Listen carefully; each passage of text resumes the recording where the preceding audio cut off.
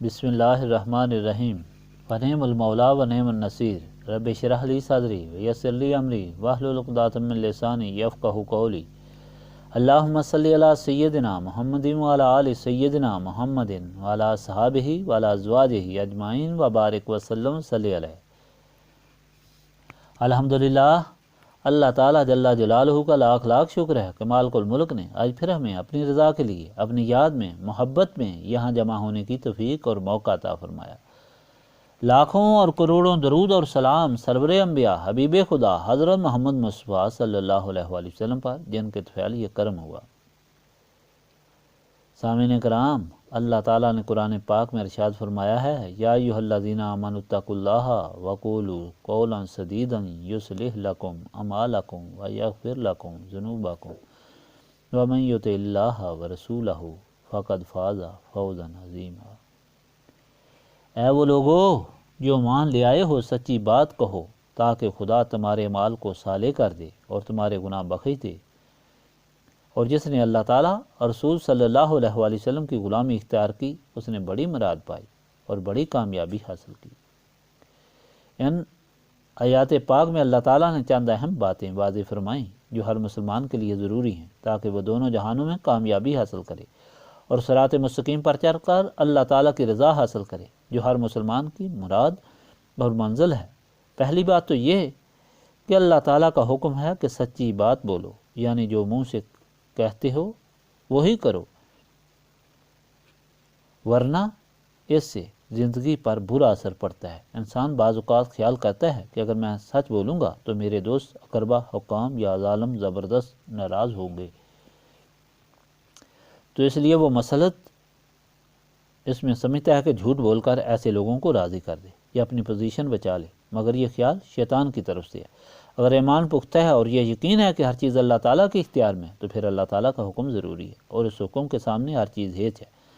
اللہ تعالیٰ فرماتا ہے کہ ہمیشہ سچ بولو، زندگی کے ہر موڑ پر سچ بولو، مگر سب سے بڑا سچ یہ ہے کہ ساری کائنات اللہ تعالیٰ کی ہے، وہی مالک اور خالق ہے، وہی رب ہے، یعنی ہر چیز کو اس نے پیدا کیا، ہر چیز وہ کی وہی پرورش فرما رہا ہے اور ہر چیز کا بادشاہ بھی وہی ہے۔ اس لیے اس کے حکم کے مطابق زندگی گزارنی چاہیے۔ اور دوسری یہ بات کہ حضرت محمد صلی اللہ علیہ وآلہ وسلم اس کے محبوب ہیں اور مخلوق کے لیے، ساری کائنات کے لیے، بلکہ سارے عالمین کے لیے رحمت، وسیلہ اور شفیع ہیں۔ اور اسی لیے اللہ تعالیٰ اور رسول پاک صلی اللہ علیہ وآلہ وسلم کی غلامی اور تابعداری میں ہی کامیابی اور نجات ہے، ورنہ شیطان اور نفس کے ہاتھوں ہلاکت یقینی ہے۔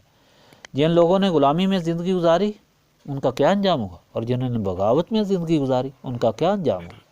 تو تاریخ گواہ ہے کہ اطاعت اور بغاوت سے کیا فائدہ اور نقصان ہے۔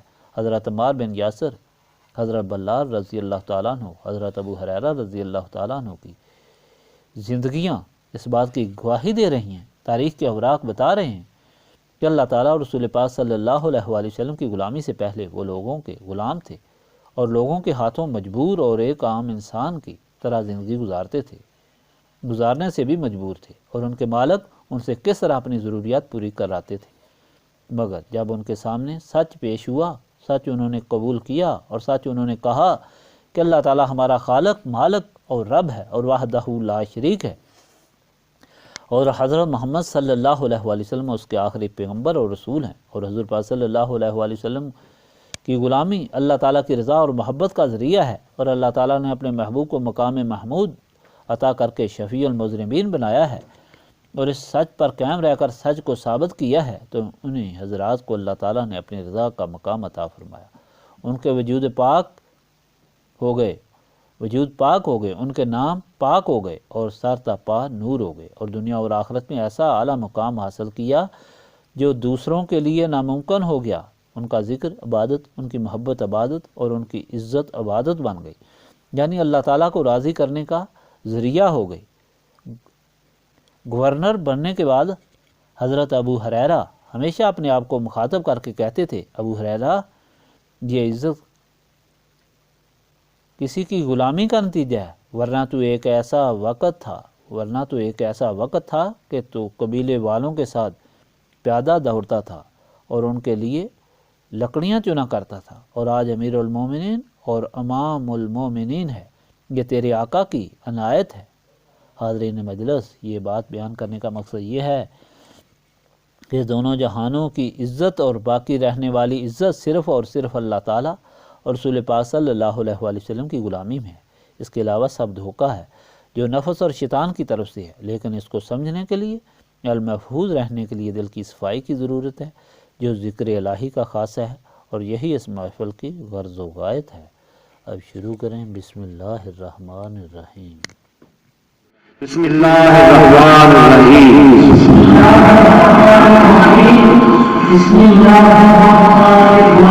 بسم اللہ الرحمن الرحیم۔ بسم اللہ الرحمن الرحیم۔ بسم اللہ الرحمن الرحیم۔ بسم اللہ الرحمن الرحیم۔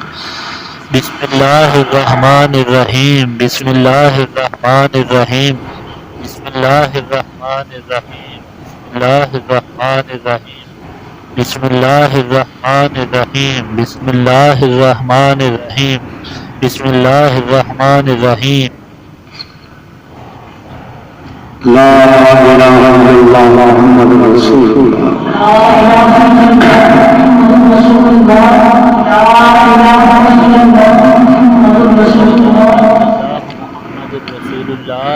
الہ الا اللہ محمد رسول اللہ۔ لا الہ الا اللہ محمد رسول اللہ۔ لا الہ الا اللہ محمد رسول اللہ۔ لا الہ الا اللہ محمد رسول اللہ۔ لا الہ الا اللہ محمد رسول اللہ۔ لا الہ الا اللہ محمد رسول اللہ۔ لا الہ الا اللہ محمد رسول اللہ۔ لا الہ الا اللہ محمد رسول اللہ۔ لا الہ الا اللہ محمد رسول اللہ۔ لا الہ الا اللہ محمد رسول اللہ۔ کلمہ تنزیل۔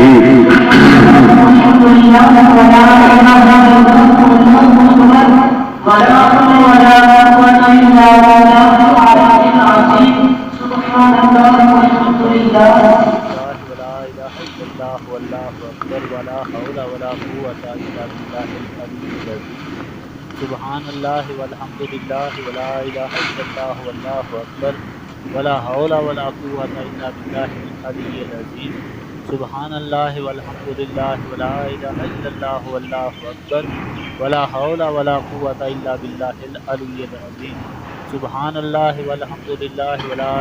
اللہ واللہ اکبر ولا حول ولا قوة الا باللہ العلی العظیم۔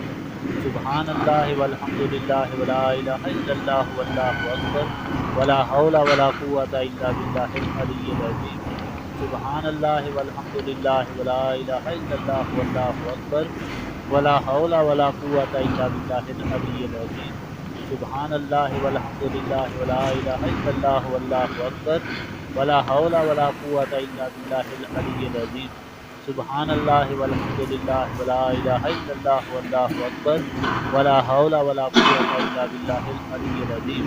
سبحان اللہ والحمد للہ ولا الہ الا اللہ واللہ اکبر ولا حول ولا قوة الا باللہ العلی العظیم۔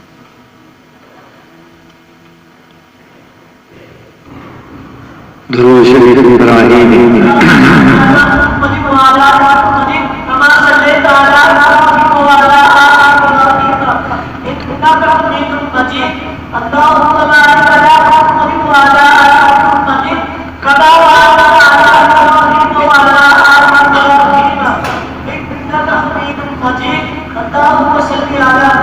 اللہم صلی علی محمد وعلی آل محمد کما صلیت علی ابراہیم وعلی آل ابراہیم انکا حمید مجید۔ اللہم بارک علی محمد وعلی آل محمد کما بارکت علی ابراہیم وعلی آل ابراہیم انکا حمید مجید۔ اللہم صلی علی محمد وعلی آل محمد کما صلیت علی ابراہیم وعلی آل ابراہیم انکا حمید مجید۔ اللہم بارک علی محمد وعلی آل محمد کما بارکت علی ابراہیم وعلی آل ابراہیم انکا حمید مجید۔ اللہم صلی علی محمد وعلی آل محمد کما صلیت علی ابراہیم وعلی آل ابراہیم انکا حمید مجید۔ اللہم بارک علی محمد وعلی آل محمد كما باركت على إبراهيم وعلى آل إبراهيم إنك حميد مجيد اللهم صل على محمد وعلى آل محمد كما صليت على إبراهيم وعلى آل إبراهيم إنك حميد مجيد اللهم بارك على محمد وعلى آل محمد كما باركت على إبراهيم وعلى آل إبراهيم إنك حميد مجيد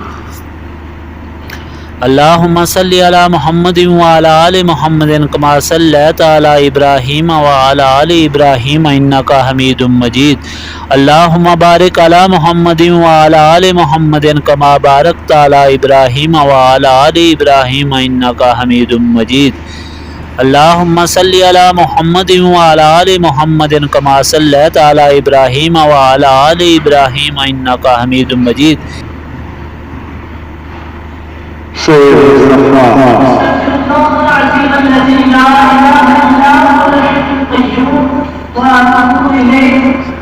استغفر الله العظيم الذي لا إله إلا هو الحي القيوم وأتوب إليه استغفر الله العظيم الذي لا إله إلا هو الحي القيوم وأتوب إليه استغفر الله العظيم الذي لا إله إلا هو الحي القيوم وأتوب إليه استغفر الله العظيم الذي لا إله إلا هو الحي القيوم وأتوب إليه استغفر الله العظيم الذي لا إله إلا هو الحي القيوم وأتوب إليه استغفر الله العظيم الذي لا إله إلا هو الحي القيوم وأتوب إليه استغفر الله العظيم الذي لا إله إلا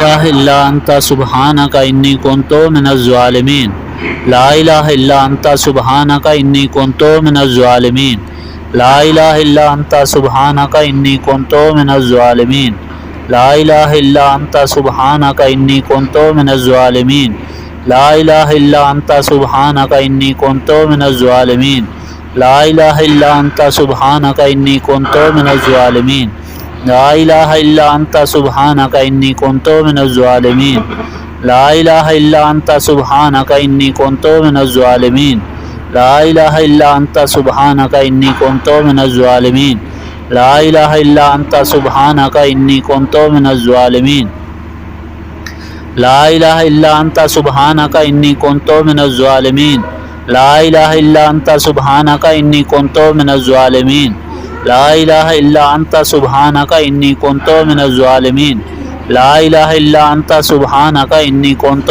من الظالمين لا إله إلا أنت سبحانك إني كنت من الظالمين لا إله إلا أنت سبحانك إني كنت من الظالمين لا إله إلا أنت سبحانك إني كنت من الظالمين لا إله إلا أنت سبحانك إني كنت من الظالمين سورة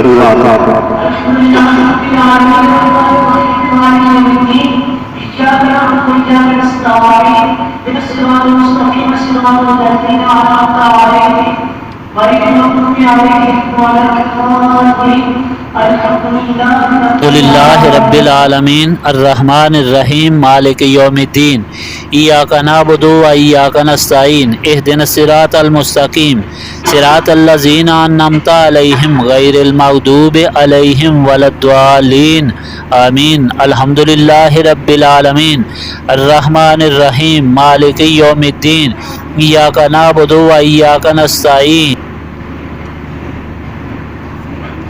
سورة الناس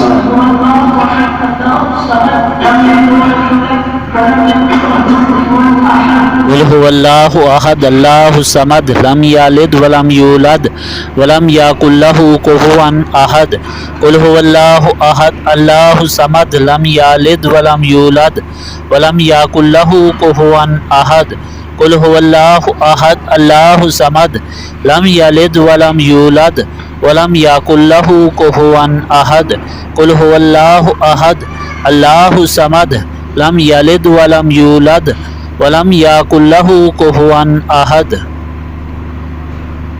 آية الكرسي